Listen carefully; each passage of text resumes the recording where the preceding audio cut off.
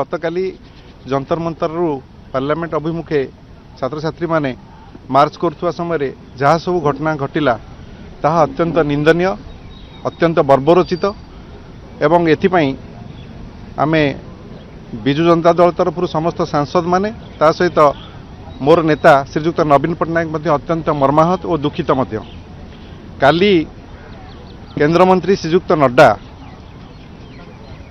छात्र मान आलोचना आरंभ कले जदि पूर्वर आलोचना हो पारि था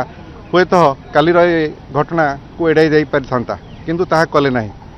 किंतु आमे वर्तमान डिमांड करुचु जे संसद वर्तमान जहाँ सब बिजनेस रही जहाँ सब बिल रही ताकू तुरंत बातिल करा जाऊ बा स्थगित रखा जाऊ एवं यह उपरे स्पेशल डिस्कशन करा जाऊ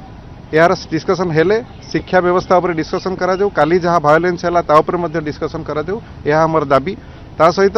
नवीन बाबू 2 दिन तले कहिथिले जे शिक्षा क्षेत्र में संस्कार आवश्यकता रही तेणु शिक्षार केमती संस्कार नहले ए देश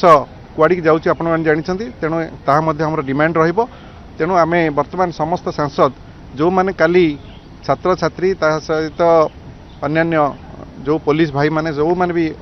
काली गुरुतर भाव आहत होती से माने आरएमएल हॉस्पिटल रे चिकित्सित होउछन्ती आमे जानियो पाइछु आमे समस्त सांसद मध्ये एबे सेटिक जाउछु तांको से मानकु भेटिबु एवं आमर पूर्ण समर्थन मध्ये ज्ञापन करिवु पार्लियामेंट रे आज आमे प्रोटेस्ट भी करिछु बिजु जनता दल तरफ आज प्रोटेस्ट करा जाईछि ए मुद्दा मध्ये आमे उठेबु आ से संपर्क रे आमे नोटिस मध्ये देइछु।